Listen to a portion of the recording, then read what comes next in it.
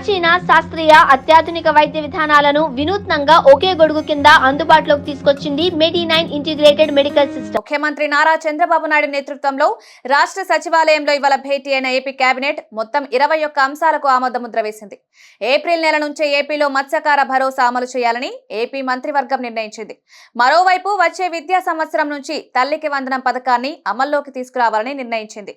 అన్నదాత సుఖీభవ పథకం కోసం విధి విధానాలు రూపొందించాలని మంత్రులకు సీఎం సూచించారు.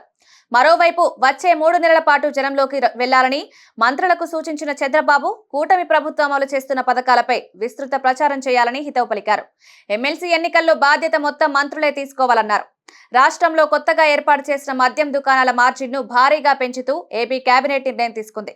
ప్రస్తుతం 10.5% ఉన్న లిక్కర్ షాపుల మార్జిన్ను 14% పెంచేందుకు ఏపీ మంత్రివర్గం అంగీకారం తెలిపింది.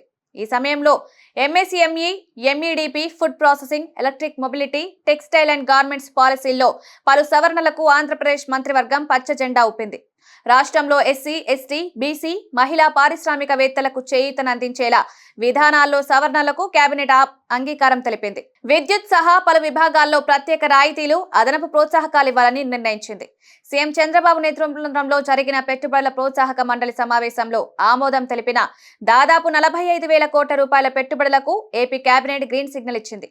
రాష్ట్రంలో 2014 నుండి 19 మధ్య చంద్రబాబు నేతృత్వంలోని టీడీపీ అధికారంలో ఉండగా చేపట్టిన నీరు, చెట్టు పనులకు సంబంధించి ఇప్పటికో పెండింగ్ లో ఉన్న బిల్లులను మంత్రివర్గం మోక్షం కల్పించింది. పోలవరం ప్రాజెక్టు నిర్వాసితులకు R&R ప్యాకేజ్ కింద నిర్మించే ఇళ్లకు కొత్త టెండర్లు పిలిచే అంశంపైన మంత్రివర్గంలో చర్చ జరిపారు.